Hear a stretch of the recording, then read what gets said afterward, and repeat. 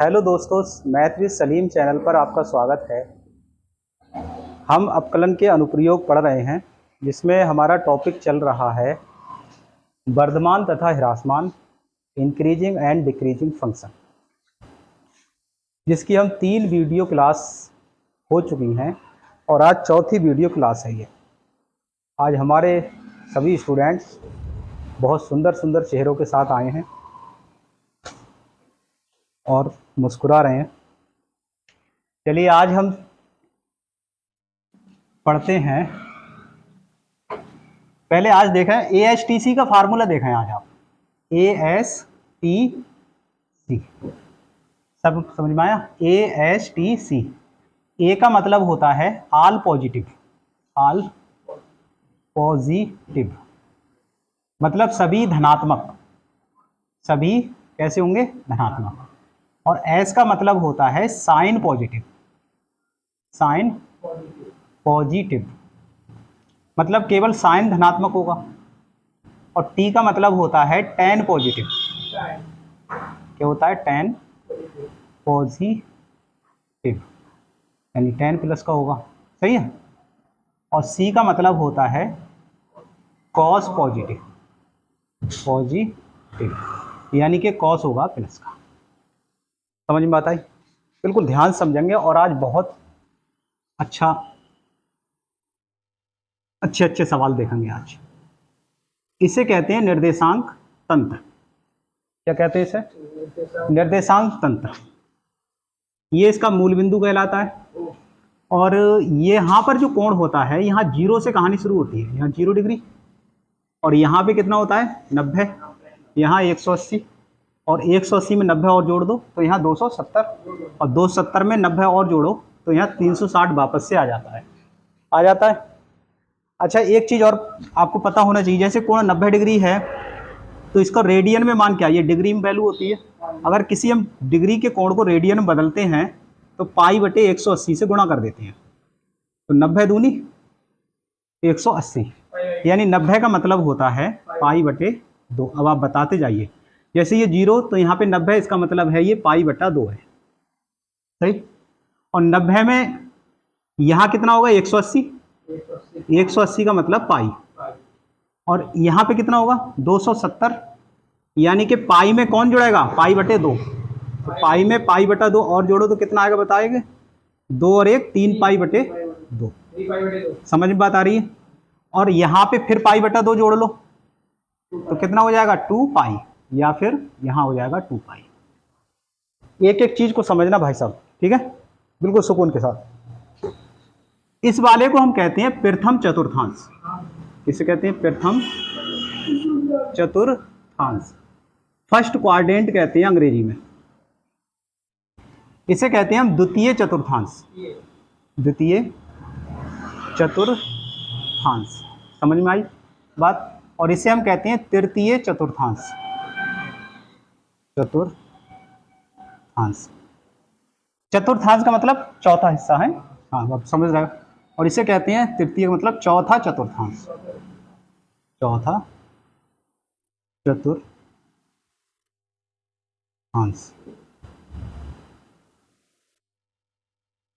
चौथा चतुर्थांश, सही। अब यहाँ पे है पहले वाले में कौन पॉजिटिव है? ये जो वैल्यू ली जाती है ये फर्स्ट क्वाड्रेंट के लिए, ये दूसरे चतुर्थांश के लिए है मान, ये वाला मान तीसरे चतुर्थांश के लिए है, और ये वाला मान जो है भाई चौथे चतुर्थांश के लिए है। अब यहाँ पे ऑल पॉजिटिव का मतलब है कि साइन भी प्लस का लेंगे, कॉस भी प्लस का लेंगे, क्योंकि ये होता है A और इसे कहते हैं S, इस वाले को कहते हैं T और इस वाले को कहते हैं C। तो A का मतलब ऑल पॉजिटिव, तो कॉस भी प्लस और टेन भी प्लस, ठीक है? 3 दिखा दे रहे हैं। S का मतलब साइन प्लस होगा, बाकी दोनों माइनस के होंगे, कॉस भी माइनस और टेन भी माइनस। और T का मतलब है टेन प्लस होगा, बाकी सब माइनस, तो साइन माइनस, कॉस माइनस और टेन यहाँ पे होगा प्लस। इधर देखिए बोर्ड पे बहुत इंपॉर्टेंट बात बता रहा हूँ। यहाँ पे देखो C का मतलब कॉस प्लस होगा, तो साइन माइनस कॉस प्लस होगा, और टेन क्या होगा? माइनस। बात सुनिए, सिद्धार्थ कौल, बात सुनो। यहां तक बात सबकी आई समझ में? सबकी बात समझ में आई? अब आगे ध्यान सुनिए, आगे आगे देखें। अब हम एक एक करके बात करते हैं भाई। अगर हम फर्स्ट चतुर्थांश की बात करें, फर्स्ट चतुर्थांश, पहले चतुर्थांश की अगर हम बात करें तो पहला चतुर्थांश कब आ रहा है? देखो 0 डिग्री और पाई बटे 2 के बीच, तो ये पहला पाई बटे 2 से मान कम है और 0 से बड़े, 0 से तो ज्यादा है और पाई बटे 2 से कम है मान। तो यहां देखें भाई 0 से बड़े होंगे और पाई बटे 2 से कम होंगे, तो इसे ऐसे दिखाएंगे। अरे 0 और पाई बटे 2 के बीच ही तो मान होंगे। तो इस पहलू पर, इस मान पर आप मुझे बताइए कौन कौन से मान प्लस के हैं? सभी प्लस हैं। तो इस पर आपका चाहे वो साइन हो, चाहे वो कॉस हो, चाहे वो टेन हो, सभी क्या लिए जाएंगे? प्लस। अच्छा, इसके उल्टे भी सही है। साइन का उल्टा कॉसेक भी प्लस लिया जाएगा, कॉस का उल्टा सेक भी प्लस लिया जाएगा और टेन का उल्टा कॉट भी प्लस होगा। अगर हमें ये वैल्यू सवाल में देता है कि 0 से पाई बटे 2 पर हमें मान निकालिए कि फलन वर्धमान है या ह्रासमान, तो हमें पता होना चाहिए कि फर्स्ट चतुर्थांश में ये आएगा और जिसके लिए आल पॉजिटिव है। समझ में बात आ रही है? एक एक स्टेप को देखें। अब नेक्स्ट पेज पहुंचे आप, इस वाले में आ जाए सेकंड वाले में, यानी कि सेकंड चतुर्थांश की बात कर रहे हैं। तो दूसरा चतुर्थांश कहां शुरू हो रहा है? पाई बटे 2 से शुरू हो रहा है और पाई तक जा रहा है, यानी कि इन दोनों के बीच के कोण इसमें है, यानी पाई बटे 2 से शुरू हो रहा है, कहां तक जा रहा है? पाई तक। अगर हमारा सवाल में यह आता है कि पाई बटे 2 से पाई के बीच बताओ, ठीक है, तो धनात्मक और ऋणात्मक अगर हम देखें तो आप बताओ इसमें कौन पॉजिटिव है? साइन यहां प्लस का है, कॉस भी माइनस है और टेन भी माइनस है। तो इस आधार पे आप क्या बता सकते हो? साइन का मतलब कॉसेक भी प्लस होगा, और जब साइन प्लस है तो उसका उल्टा भी तो प्लस होगा, और कॉस का उल्टा सेक माइनस होगा और कॉट भी माइनस होगा। समझ में बात आ रही है? आई बात? अब इसके बाद इससे आगे बढ़े आप, तो पाई से कितना? 3 पाई बाई 2। तो ये कौन से चतुर्थांश में आएगा? बोर्ड पे देखें भाई, बोर्ड पे पाई से 3 पाई बाई 2, और ये चतुर्थांश है हमारा थर्ड चतुर्थ क्वाड्रेंट कहते हैं अंग्रेजी में, ठीक है, चतुर्थांश है। थर्ड चतुर्थांश में अब मुझे बताइए आप कौन पॉजिटिव है? इस लेवल पे देखें, साइन नेगेटिव है और कॉस भी नेगेटिव है और टेन प्लस का है। इसका मतलब है आपका कि साइन का उल्टा कॉसेक भी नेगेटिव होगा कि नहीं, और इसका सेक भी नेगेटिव होगा और कॉट पॉजिटिव होगा। अब आ जाओ चौथे पे, फोर्थ चतुर्थांश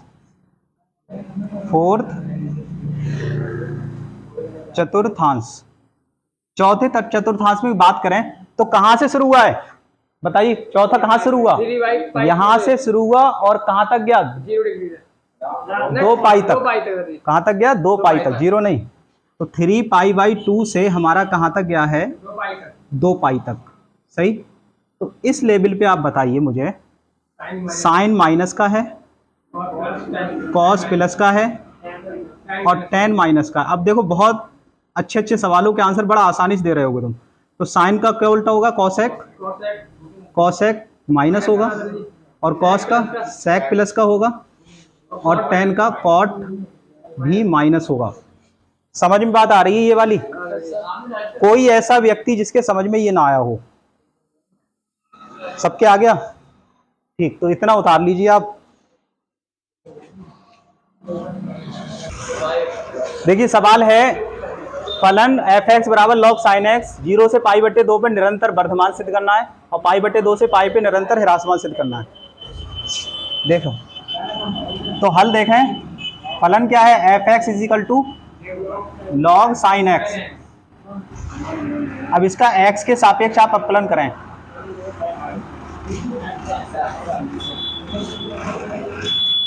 तो ddx किसका करेंगे?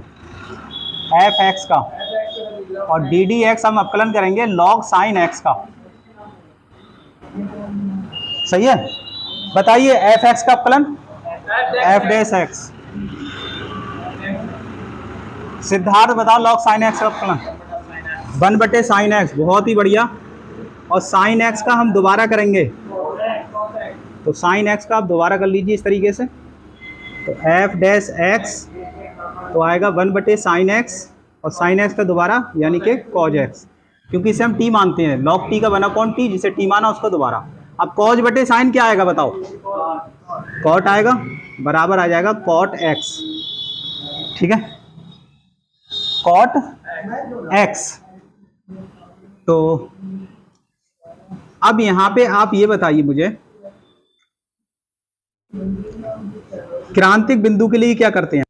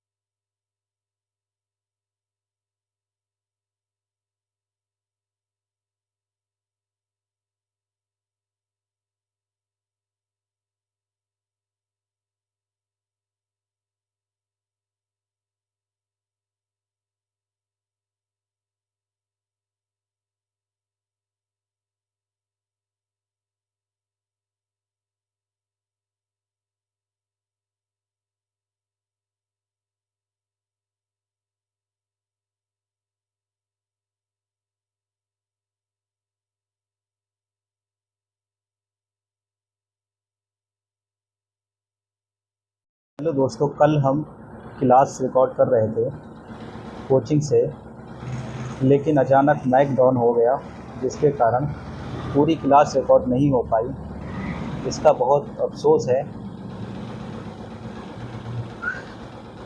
हम कोशिशें अच्छी करते हैं लेकिन कभी कभी वक्त तो मंजूर नहीं होता है, तो उसका क्या ही कर सकते हैं। फ़िलहाल कोई बात नहीं,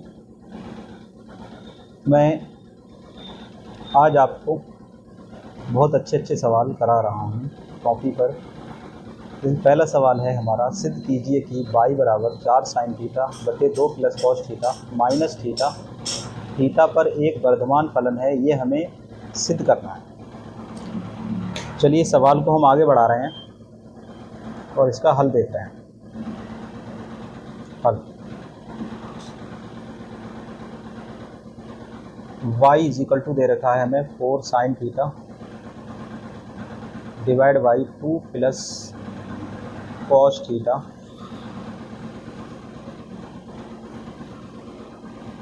और माइनस थीटा।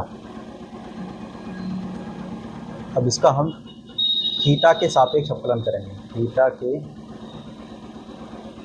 सापेक्ष अवकलन, तो y का अवकलन हो जाएगा d d theta of y, d y बटे डी थीटा लिख दे रहे हैं। 4 यहाँ से कॉमन ले लीजिए, डी डी थीटा अवकलन करेंगे हम साइन थीटा बटे 2 प्लस कॉस थीटा का और माइनस डी डी थीटा करेंगे थीटा का। मतलब यहाँ पे डी डी थीटा करेंगे अवकलन थीटा का,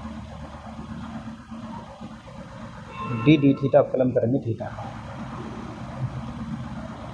अब ये अंश बटे हर का फार्मूला लगाएंगे आप। सूत्र क्या होता है? हर का स्क्वायर, और हर को ऐसे ही छोड़ दे रहे हैं। अवकलन करेंगे हम अंश का यानी साइन थीटा का, माइनस साइन थीटा को आप ऐसे ही छोड़िए और अवकलन कर दीजिए 2 प्लस कॉस थीटा का। माइनस, और इस थीटा का जो अवकलन होगा वो 1 हो जाएगा।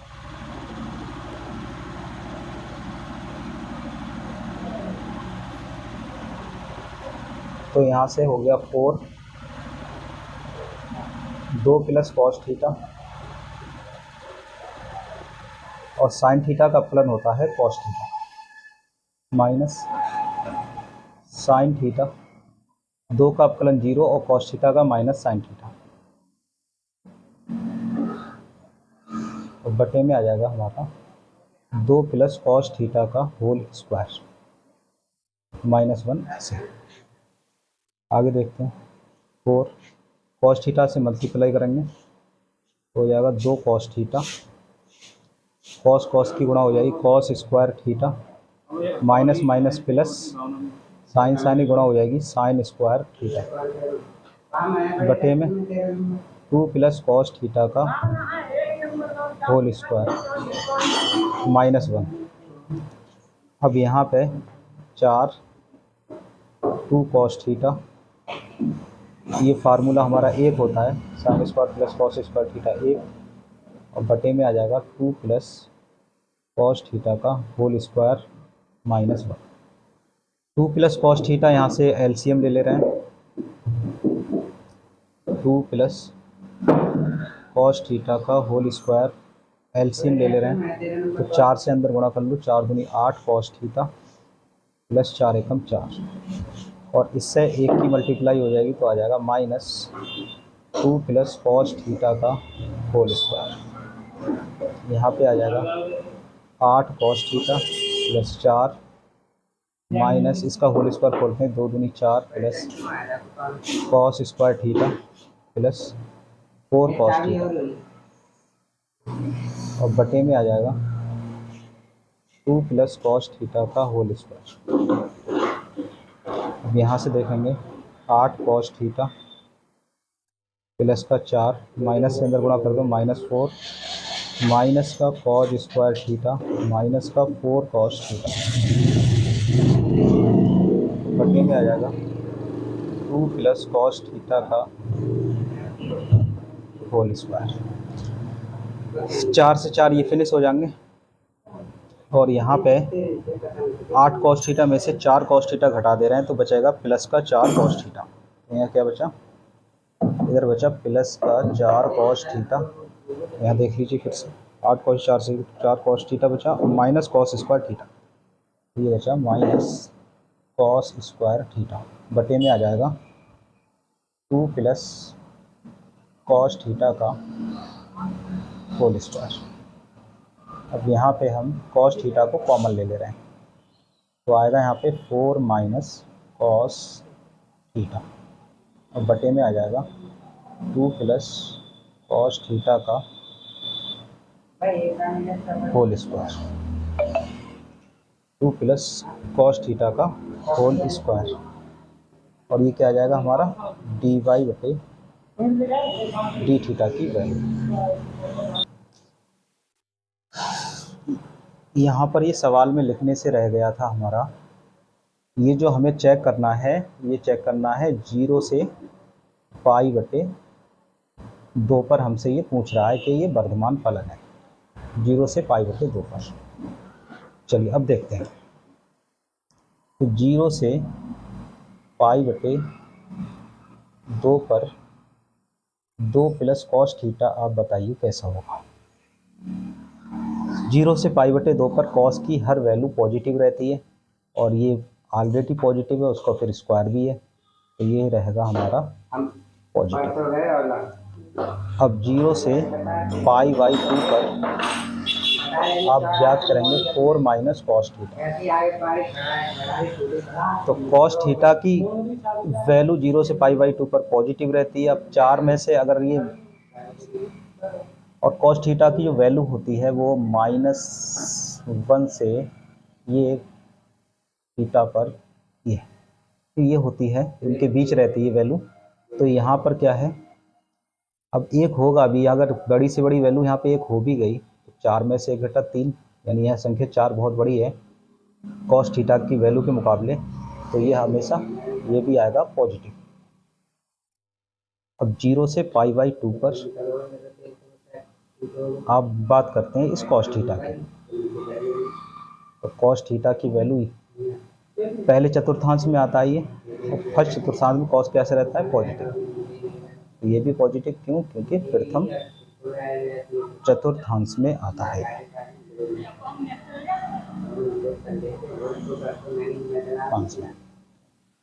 अब यहाँ पे ये भी पॉजिटिव, ये भी पॉजिटिव और इसका मान भी पॉजिटिव, तो ये ओवरऑल वैल्यू क्या हो गई? ये पॉजिटिव।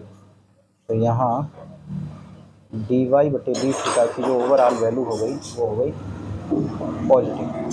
और पॉजिटिव का मतलब dy/d थीटा हो गया हमारा 0 से बड़ा। अगर 0 से बड़ा हो गया तो हम कह सकते हैं, अतः हम कह सकते हैं कि थीटा पर फलन y दे रखा है, यहाँ पे लिख देंगे y एक वर्धमान फलन है।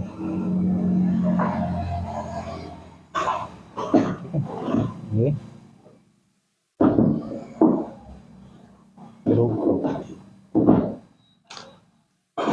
देख लें सवाल को, इस तरीके से हमने ये किया था। आप स्क्रीनशॉट ले सकते हैं और हमारा ये जो है यहाँ पे आके कंप्लीट हो।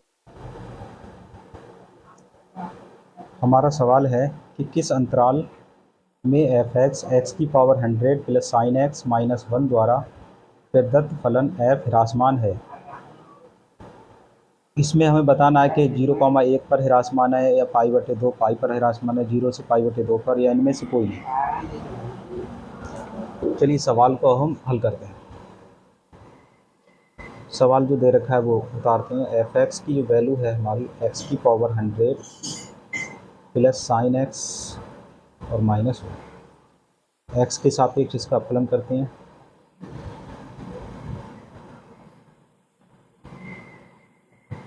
अपकलन का फार्मूला ddx f(x) का करेंगे, ddx अपकलन हम करेंगे x की पावर 100 का, और ddx हम अपकलन करेंगे sin x का, और ddx अपकलन होगा हमारा 1 का। f(x) का अपकलन f'(x) हो जाएगा, x की पावर 100 का 100 बाहर आ जाएगा और x की पावर 99 हो जाएगी।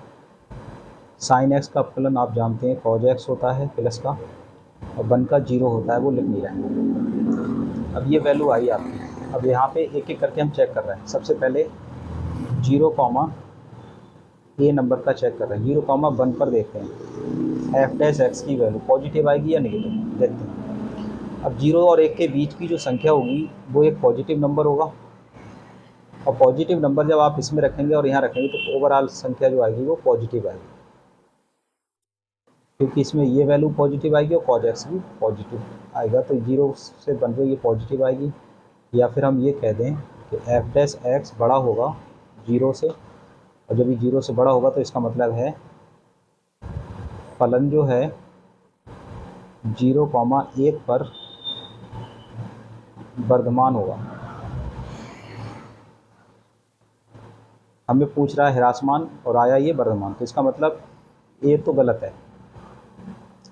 अब बी वाला देखते हैं, π/2 से पाई के बीच पर, इस पर f'(x) चेक करते हैं।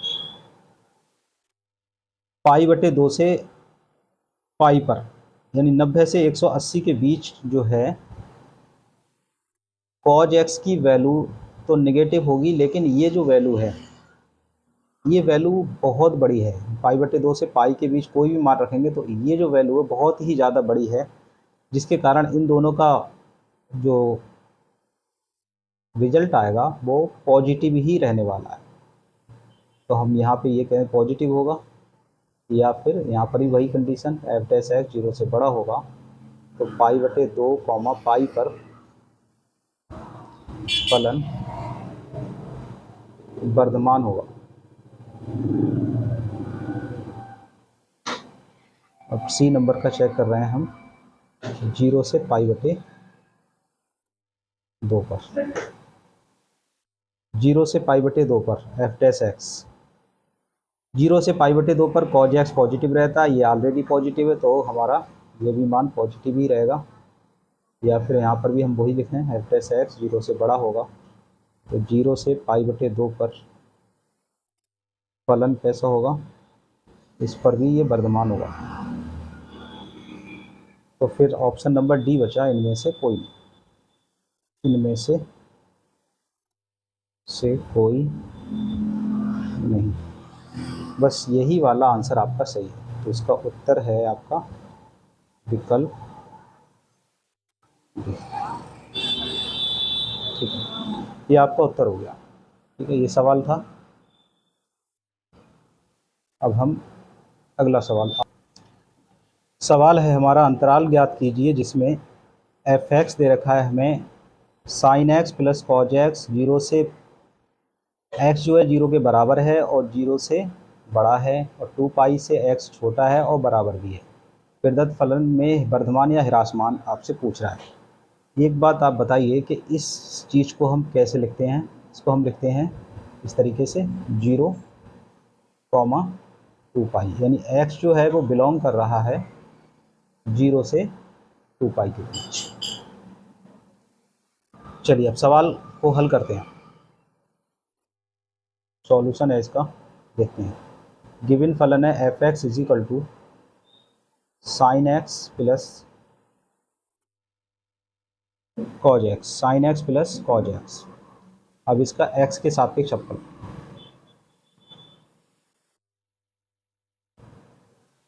x के सापेक्ष अवकलन कर दे हैं, तो डी डी एक्स करेंगे हम एफ एक्स का, डी डी एक्स अवकलन करेंगे हम साइन एक्स का, और डी डी एक्स अवकलन करेंगे हम यहाँ कॉज एक्स का। एफ एक्स का अवकलन हो जाएगा F dash x, sine x का अवकलन होगा कॉज एक्स, और कॉज एक्स का अवकलन होगा माइनस साइन एक्स। ठीक है, अब यहाँ पे हमें अंतराल पूछ रहा है, तो अंतराल के लिए हमने क्या बताया था कि हम क्रांतिक बिंदु निकालेंगे, और क्रांतिक बिंदु कैसे निकलते हैं, एफ डैश एक्स को 0 के बराबर रखकर। तो यहाँ पे लिखेंगे क्रांतिक बिंदु के लिए, बिंदु के एफ डैश एक्स की जो वैल्यू होगी वो 0 होगी, तो यहाँ पे हो जाएगा हमारा cos x minus sine x is equal to 0। तो ये जो वैल्यू आएगी हमारी कॉज एक्स, साइन एक्स इधर जाके पॉजिटिव हो जाएगा, यानी कि प्लस साइन एक्स हो जाएगा। तो यहाँ पे आप बंद कर लीजिए और कॉज एक्स को साइन एक्स के बटे में ले लें, साइन एक्स बटे कॉज एक्स, साइन एक्स बटे कॉज एक्स हमारा टेन एक्स होता है, तो टेन एक्स की वैल्यू हमारी 1 होगी। अब जो एक वैल्यू होती है टेन में आप जानते हैं 45 की होती है, और क्योंकि हमें वैल्यू लेना है 0 से 2π के बीच लेना है, तो 0 से 2π के बीच में हमारा जो है मान, एक तो π/4 हो जाएगा 45, एक तो मान हमारा π/4 हो जाएगा, और दूसरी जो वैल्यू है हमारी, हम जानते हैं कि tan कब कब पॉजिटिव रहता है, क्योंकि वैल्यू पॉजिटिव है तो हम पॉजिटिव की बात करेंगे। तो कब कब पॉजिटिव रहता है, 90 माइनस थीटा के लिए पॉजिटिव रहता है, यानी π/2 माइनस थीटा के पर पॉजिटिव है पहले चतुर्थांश में, दूसरे में साइन पॉजिटिव होता है, और तीसरे में हमारा tan पॉजिटिव होता है, जो वीडियो के शुरू में बताया हमने। तीसरे चतुर्थांश में हमारा tan पॉजिटिव होता है। तो तीसरे चतुर्थांश में क्या लिया गया है, आप देखें वहाँ जाके, तीसरे चतुर्थांश में हमने लिया है पाई प्लस थीटा के लिए वैल्यू जो है वो पॉजिटिव रहती है, यानी जो तीसरा चतुर्थांश आता है उसमें पाई से बड़े कोण आते हैं। तो पाई और जो थीटा है हमारा, ये पहला वाला लगा दो π/4, तो यहाँ पे π/4 आप लगा देंगे, π/4 लगा देंगे, तो 4 एकम 4 और एक पाई, तो ये हो जाएगा हमारा 5π/4। तो tan x जो है यहाँ पे x की वैल्यू या तो ये होगी या फिर ये होगी। अब इससे ऊपर की वैल्यू हम नहीं लेंगे फिर, क्योंकि मान फिर 2π से ऊपर निकल जाएगा। हमारे जो मान होंगे, दो मान होंगे, एक ये होगा π/4 और एक होगा 5π/4। फिर से समझें, वन वैल्यू 45 की होती है, π/4 हो जाएगी। दूसरी वैल्यू हमें और प्राप्त करनी है, तो हमें ये देखना है कि tan कौन से चतुर्थांश में पॉजिटिव रहता है, तो वो तीसरे चतुर्थांश में पॉजिटिव रहता है। तीसरा चतुर्थांश पाई प्लस थीटा के लिए निकाला जाता है, जिसमें थीटा की जो वैल्यू है हमारी पाई/4 है। पाई/4 यहाँ रख दिया हमने, 4 एलसीएम लिया तो हमारा 5π/4 आ गया। तो यहाँ पर हमारा यहाँ x की जो वैल्यू होगी, x के मान जो हो गए हमारे वो दो हो गए, एक हो गया π/4 और तथा एक हो गया हमारा 5π/4। अब जब ये दो मान निकल जाते हैं तो हमने बताया था आपको संख्या रेखा पर आप इसे दिखाएंगे, तो संख्या रेखा खींच लो। छोटा मान इसमें कौन सा है और बड़ा कौन सा है? छोटा मान π/4 बड़ा छोटा है, इधर लिख दे रहे हैं π/4। 5π/4 बड़ा है तो बड़ा मान इधर को लिखा जाएगा राइट साइड में। यहाँ पे जो पूछा है वो लिखते हैं, इसने पूछा है 0 से पूछा है 2π, तो यहाँ 2π आ जाएगा बड़ा मान, और यहाँ 0 यानी छोटा मान यहाँ 0 आएगा। इनफाइनाइट नहीं लिखेंगे क्योंकि 0 से हमें पूछ रहा है और 2π के बीच पूछ रहा है, वो वर्धमान है या फिर ह्रासमान है। अब इन दोनों इसके पूरा आ गया मैटर। अब यहाँ पे आप किसी एक के बीच आप निकाल लें मान की वैल्यू, यानी f' की वैल्यू पॉजिटिव आएगी या नेगेटिव आएगी। तो देखते हैं। π/4 यानी 45 और 5π/4 45 पंजे, 45 पंजे हो गए आपके 25 और 25 के 5 हासिल 2, 5 और 20 2 22, 225। तो ये 45 और 225 के बीच के कोण यहाँ पे लिए जाएंगे। 45 और 225 के बीच के कोण लिए जाएंगे तो हम 60 डिग्री ले सकते हैं। तो 60 डिग्री भी ले लो, इनके बीच में आ जाएगा 60 डिग्री। तो 60 डिग्री यहाँ रखें। cos 60 की वैल्यू कितनी होती है? cos 60 की वैल्यू होती है 1/2 और sin 60 की वैल्यू होती है -√3/2। cos 60 की वैल्यू 1/2 इसमें हम लगा लें और sin 60 की वैल्यू होती है -√3/2। इसका अंश थोड़ा सा बड़ा है, 1.732 है बटे 2 और ये 1/2 है। तो जो वैल्यू आएगी इसकी वो क्या आएगी? नेगेटिव आएगी, क्योंकि अंश हर दोनों में सेम है। अंश यहाँ पे 1 है और यहाँ पे जो अंश है ये माइनस के बीच में, यहाँ पे जो अंश है 1.732, 0.732 ये ज़्यादा है वैल्यू, इस वजह से ये वैल्यू आएगी यहाँ पे नेगेटिव। तो f' नेगेटिव आएगा। π/4 5π/4 के बीच में ये वैल्यू आएगी यहाँ पे ऋणात्मक। अगर ये ऋणात्मक है तो इधर धनात्मक होगा और इधर भी धनात्मक होगा। ये धनात्मक होगा, बीच में ऋणात्मक, और ये धनात्मक होगा। अच्छा, ये जो हमने पॉइंट लिखे हैं ये f' 0 के लिए लिखे हैं। अब ध्यान से देखें, 0 से π/4 पे धनात्मक है हमारा और 5π/4 से 2π के बीच भी धनात्मक है। तो हम कहेंगे कि 0 से π/4 और 5π/4 2π दोनों पे धनात्मक है, तो यूनियन का इस्तेमाल करें। और ये वैल्यू है हमारी x की, पर जो f' है वो आ रहा है हमारा पॉजिटिव, या फिर हम ये कह दें कि वो आ रहा है हमारा 0 से बड़ा।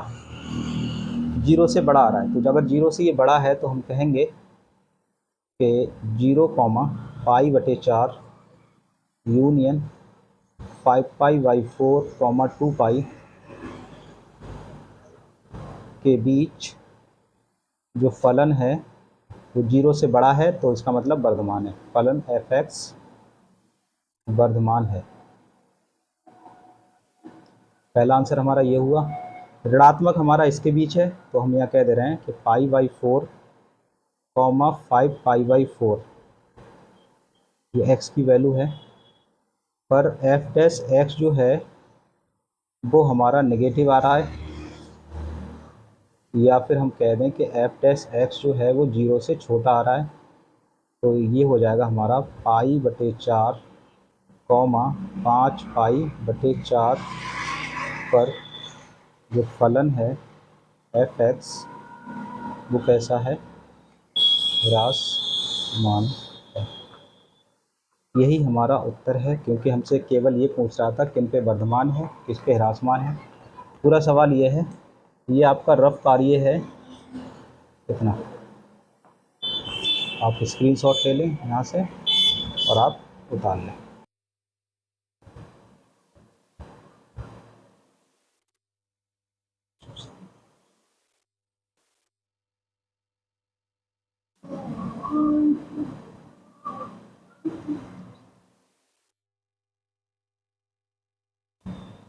F x is equal to sine 3x है और हमें इतने पे चेक करा रहा है कि वर्धमान है या फिर ह्रासमान है। चलिए हल करते हैं इस सवाल के लिए भी। x के सापेक्ष अवकलन करते हैं।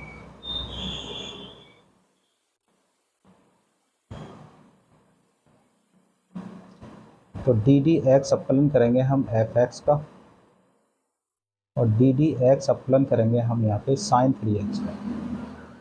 एफ एक्स का अवकलन हो जाएगा एफ डैश एक्स, साइन का हो जाएगा कॉस 3x प्लस का, और यहाँ पे 3x का हमें दोबारा करना पड़ेगा क्योंकि 3x को हमने t माना है। तो ये सवाल आएगा F dash x cos 3x, 3x का 3 होगा जो हम आगे ले रहे हैं। अब यहाँ पे हमें चाहिए अंतराल, तो क्रांतिक बिंदु चाहिए हमें। अंतराल क्रांतिक बिंदु से निकलता है, तो हम ले रहे हैं पहले क्रांतिक बिंदु के लिए। जो सवाल अंतराल वाले हैं उनमें आपको क्रांतिक बिंदु लेना है, निकालना है। एफ डैश एक्स की वैल्यू यहाँ पे 0, तो ये वैल्यू हो जाएगी 3 cos 3x इजिकल टू 0। 3 0 में चला जाएगा, इसका मतलब cos 3x की जो वैल्यू आएगी वो 0 आएगी। अब यहाँ पे cos 3x की जो वैल्यू है 0, 0 से π/2 में हमें चेक करना है। 0 से π/2 के बीच चेक करना है, तो π/2 cos π/2 की वैल्यू ही 0 होती है। cos 90 की वैल्यू 0 होती है, तो यहाँ पे 3x की जो वैल्यू आई वो आई π/2, यानी x की जो वैल्यू आई वो आई π/3 दूनी 6, x की वैल्यू π/6 आई, x की value I π/6।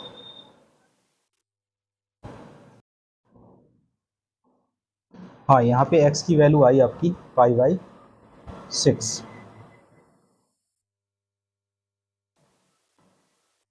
cos 3x is equal to, यहाँ पे cos 3x में आप ये याद कर लें, cos x में कि cos या cos थीटा के लिए याद कर लें, cos थीटा के लिए π/2 हो, या फिर 3π/2 हो, या फिर 5π/2 हो, या फिर 7π/2 हो, यानी ऊपर ऑड नंबर हो और पाई के साथ और बटे में 2 हो, तो उन सब में के लिए इसकी वैल्यू 0 रहती है, cos थीटा की वैल्यू। तो cos 3x में अब नेक्स्ट नंबर किसका है, ये वाला हमने ले लिया। अगला नंबर है हमारा इसका, तो 3π/2, 3π/2 की वैल्यू भी 0 होगी, तो यहाँ पे 3x की जो वैल्यू आ जाएगी हमारी 3π/2 आ जाएगी। अब ये 3 से 3 कैंसिल हो जाएगा, तो x की वैल्यू आएगी π/2। यहाँ पे अब ये वैल्यू भी ली जाएगी। क्यों ली जाएगी, क्योंकि हमारा है 0 से π/2, तो इसमें π/2 भी की शामिल है, क्योंकि ठीक है, और π/2 भी हमें यहाँ लेना पड़ेगा। तो हमारे x के मान आए यहाँ x के मान आए कितने, एक आया हमारा π/6 और तथा करके दूसरा मान आया x, ये एक वैल्यू ये आई x बराबर π/6 और दूसरी आई x बराबर π/2। अब इससे संख्या रेखा भी दिखाएं, संख्या रेखा हो गई। छोटी वैल्यू π/6 है, π/2 बड़ी वैल्यू है, तो छोटी वैल्यू यहाँ लिख दें π/6, बड़ा मान यहाँ लिखें π/2। कहाँ से कहाँ तक है, 0 और π/2 के बीच है, तो 0 यहाँ लिख लो और π/2 आप यहाँ लिख लें। π/2 तो यह है ही, हटा दो, 0 से π/2 है, तो π/2 तो ये सेम खुद ही आया। तो देखें अब यहाँ पे 0 से π/6 के बीच या π/6 से π/2 के बीच, π/2 से π/6 के बीच क्या आएगा हमारा, 60 डिग्री आ जाएगा। क्या आ जाएगा, π/6 6 3 18 30 डिग्री, और ये है 90। 30 और 90 के बीच 45 भी आ जाएगा और 60 भी आ जाएगा। तो 60 मान ले रहे हैं, 60 ले रहे हैं मान, 60 का यहाँ मान रहेंगे cos 60 की वैल्यू 60 लगाएंगे तो 6 3 18, 6 3 18 60 180 क्या आ जाएगा cos 180। अगर यहाँ पे हम इन दोनों के बीच में 60 वैल्यू लगाएं cos 60 डिग्री, तो 60 डिग्री हम f' में रखेंगे तो 6 3 18 cos 180, और cos 180 की जो वैल्यू होती है वो होती है -1। cos 180 की वैल्यू क्या होती है -1। अगर ये वैल्यू माइनस आ रही है इसका मतलब यहाँ पे आएगा ऋणात्मक। तो ये अल्टरनेट चलते हैं, तो अगर इधर ऋणात्मक है तो इधर होगा धनात्मक, इधर तो कुछ है ही नहीं, इधर होगा फिर धनात्मक, ये होगा धनात्मक, इधर कुछ नहीं। ठीक है, तो आप चेक कर ले रहे हैं 0 से π/6, 0 से π/6 के बीच 0 शामिल करना है तो हम ये लेंगे, और π/6 ऐसे करके x बिलोंग टू 0 से π/6 में f' धनात्मक है, बराबर है पॉजिटिव। इसका मतलब है f' जो है वो 0 से बड़ा है। कह दे रहे हैं 0 से π/6 में फलन f(x) वर्धमान है, और x बिलोंग टू π/6 से π/2 के बीच। इसके बीच देखें में f' क्या है नेगेटिव, या फिर हम कह दें कि f' जो है वो 0 से छोटा है, तो यहाँ लिख दें π/6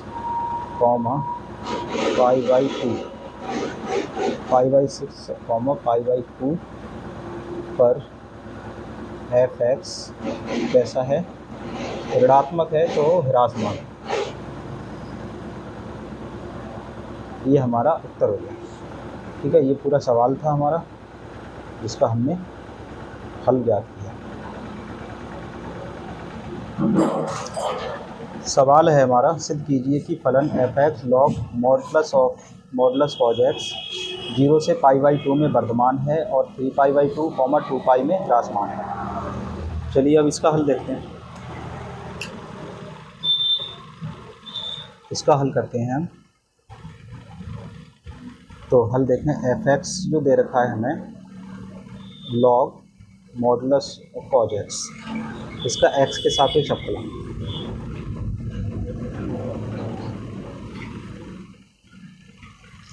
तो ddx अवकलन करेंगे हम f(x) का, और ddx अवकलन करेंगे log मॉडुलस cos x का। f(x) का अवकलन आएगा f'(x) और मॉडुलस cos x का 1/मॉडुलस cos x आएगा। इसे t माना था, जिसे t माना उसका दोबारा से होगा ddx मॉडुलस cos x का। मॉडुलस cos x ये आ गया हमारा, और cos x का मॉडुलस में आएगा sin x, माइनस होता है cos का। और मॉडुलस जब होता है तो इसकी वैल्यू हम पॉजिटिव लेते हैं, तो ये हमारा ऊपर आया sin x प्लस का, और नीचे भी प्लस का ही लिया जाएगा तो cos x ये भी प्लस का। तो यहाँ से जो f' आया हमारा वो आया tan x आया। अब यहाँ पे अंतराल नहीं है तो यहाँ पे क्रांतिक बिंदु हम नहीं निकालेंगे, बल्कि हमें इन पर चेक करना है 0 से π/2 और 3π/2 से 2π। चलिए चेक करते हैं एक एक करके। सबसे पहले देख रहे हैं 0 से π/2 पर, इतने पर हम चेक कर रहे हैं x का मान, इतने पर f' की वैल्यू इतने पर देखते हैं। 0 से π/2 पर जो है, हाँ देखते हैं इसमें, तो 0 से π/2 पर जो tan x है वो पॉजिटिव आएगा, क्योंकि 0 से π/2 प्रथम चतुर्थांश में आता है, और प्रथम चतुर्थांश में आल पॉजिटिव होते हैं, साइन हो, कॉस हो, tan हो, सभी पॉजिटिव रहते हैं। तो tan x का जो वैल्यू होगा यहाँ पर वो आएगा पॉजिटिव, धनात्मक आएगा, क्योंकि प्रथम चतुर्थांश में है ये। प्रथम चतुर्थांश में है। इस वजह से अगर ये पॉजिटिव है तो इसका मतलब है एफ डैश एक्स की वैल्यू भी हमारी पॉजिटिव आएगी, और एफ डैश एक्स पॉजिटिव है तो इसका मतलब है कि ये 0 से बड़ी आएगी। तो हम कह सकते हैं कि x 0 से π/2 पर जो फलन है वो क्या है, वर्धमान है। अब यहाँ पे देखते हैं 3π/2, 2π। 3π/2 मतलब और 2π के बीच हम देखते हैं 3π/2 90, 9 3 27, 270 और 360 के बीच, 270 और 360 के बीच जो आता है ये tan x नेगेटिव आता है, क्योंकि इसमें cos पॉजिटिव होता है, बाकी साइन भी नेगेटिव होता है और cos tan भी नेगेटिव होता है, केवल cos पॉजिटिव होता है क्योंकि चौथे चतुर्थांश में आता है। 270 से और 360 के बीच के जो कोण होते हैं वो चौथे चतुर्थांश में आते हैं, जिसमें cos पॉजिटिव होता है ओनली, साइन भी नेगेटिव होता है और tan भी नेगेटिव। क्यों है? क्योंकि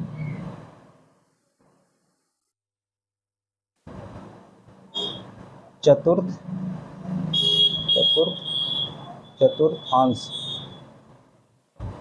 में आता है, चतुर्थ में आता है। इसका मतलब है कि tan x की जो वैल्यू होगी वो 0 से बड़ी है। अगर tan x 0 से tan x जो है वो 0 से छोटा है, tan x 0 से छोटा है क्योंकि नेगेटिव है, इस वजह से tan x का मान 0 से छोटा है।